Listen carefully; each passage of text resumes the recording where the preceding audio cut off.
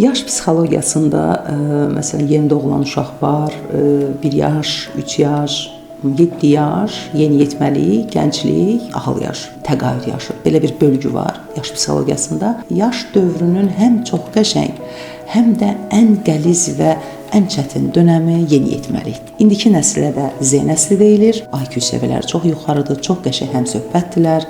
Onların zəkaları, dünya görüşləri daha yuxarı səviyyədədir. Yeniyetməlik ən kritik, ən çətin dönəmlərdən biridir. Çünki fizioloji adaptasiya, psixoloji adaptasiya həm məktəbə gedir, həm ailə daxili münasibətlər, həm qohumlarla münasibət, hələ kimisə sevirsə bu bir başqa məsələ və bu uşaq həm də universitetə girməlidir.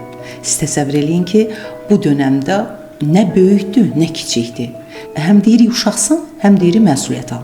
Yəni bu uşaq o oynaq, elastik bir dönəm olduğuna görə bunun bir dənə yolu həmin dönəmin o çalxalanma, o dalğalı etap, o mərhələni uşaqlarla ancaq dostluq eləyərək keçmək olur. Çünki orada 7 yaşa qədər mən ona normal məhəbbət, sevgi verməmişəmsə, artıq yeniyetməlik mərhələsində mənim ondan tələblərim biraz uyğunsuz olur və demək olar ki, nəticə vermir və xüsusi sərt qaydalarla. Bu baxımdan yeniyetməlik ən həssas, ən kritik, ən lazımlı bir mərhələdir ki, o mərhələni sadəcə keçə bilsə 18-19-a o çalxalanıb durulacaq. Yerinə oturuşacaq.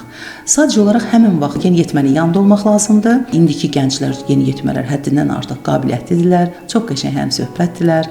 Onlarla ünsiyyət çox maraqlıdır. Onlar bizi başa düşür, biz də onları başa düşsək yaxşı olar.